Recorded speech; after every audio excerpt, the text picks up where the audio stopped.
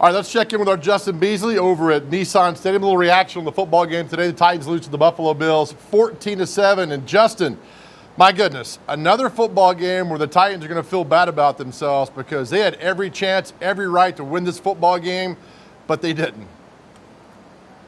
Yeah, it's almost similar to their last home game against the Colts. It's woulda, coulda, shoulda.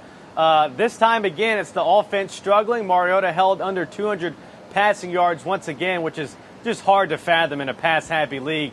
Special teams, which is a strength of the Titans, let them down today as well. Cairo Santos, the fill-in for Ryan Suckup, who doesn't come back till Week 9, missed 4 field goals in this one, a couple of 30-yarders, one of them blocked, and then a 50-yarder. You can blame him for this loss. You can blame Mike Vrabel for the loss as well for continuing to stick with Cairo Santos that late into the fourth quarter after pretty much kind of seeing what kind of day it was for his kicker. Justin, I've got a sheet. I can blame a lot of people for the loss today. Let's start with the offensive line.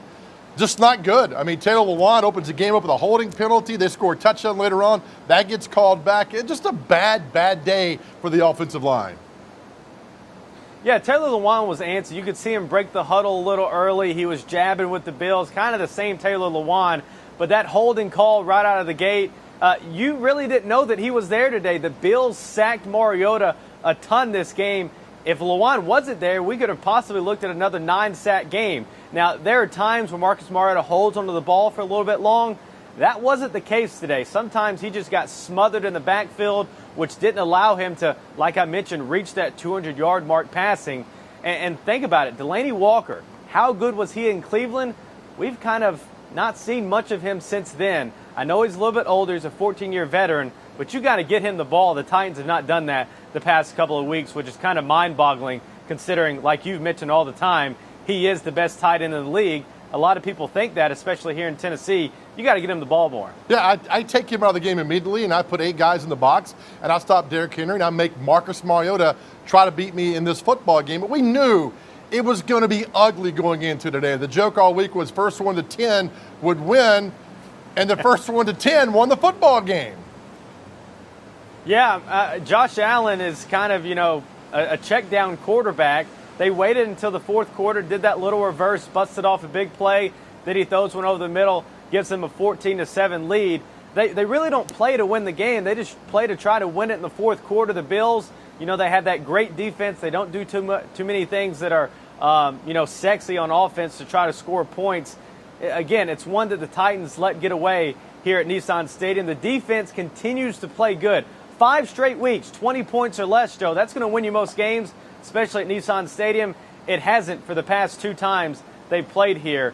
That is definitely frustrating if you're on the defense. That's probably got to create some friction within the locker room. It does. Let me ask you this, Justin. Mike Vrabel, does he coach as a player or does he sometimes coach as a coach? Because there's a lot of decision he makes, a lot of things he does that a player would say, let's do this, but as a coach would be like, nah, not a good idea. I'm having a trouble discerning between the two of those. Yeah, and one's, you can excuse, but this is becoming a trend now. The Colts, he wasted that time out, and they let all that time go away when they brought the punt team out that cost them seconds to win that game. Last weekend in Atlanta, a chance to go up 17, didn't send Cairo Santos out there. Maybe we know why now, but still didn't play, his odds to go up 17. And then today, again, sticking with Cairo Santos for a 50-yarder in the fourth quarter. Listen, I get trusting your guys, but he's not your guy. Ryan Suckup is your guy. This guy's filling in for 8 weeks. You got to think that he thought he was going to do his job, but you have to make a decision. I mean, Cairo Santos clearly was not having a good day at Nissan Stadium, and as you're watching the game, wasn't having a good game on TV as well. You can't kick it in that situation. I'll be interested to see if Mike Vrabel regrets that decision in his Monday presser like he did with his Atlanta decision last Monday. All right, Justin, I've covered a lot of games at Nissan Stadium, but one that stands out to me, and I'm talking about the visiting crowd, 2010 when the Pittsburgh Steelers came to town and beat the Titans, they took over that stadium. I was not at the game today, but I've had several people text me and tell me the Bills crowd was the loudest visiting crowd and the more, visible crowd we've ever seen at Nissan Stadium. You were there. How loud were the Bills fans today?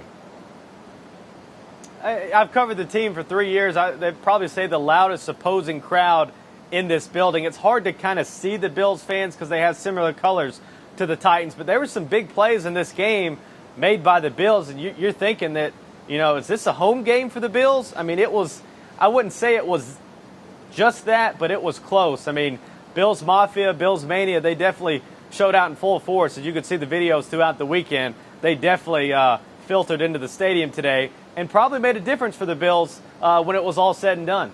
Absolutely. Justin Beasley, Titans now drop to 2-3. They go on the road to Denver next week. And, of course, the division, Houston wins today. Indianapolis loses today.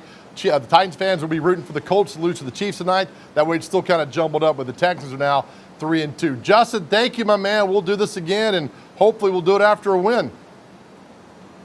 All right. Appreciate it, Joe. Thank you.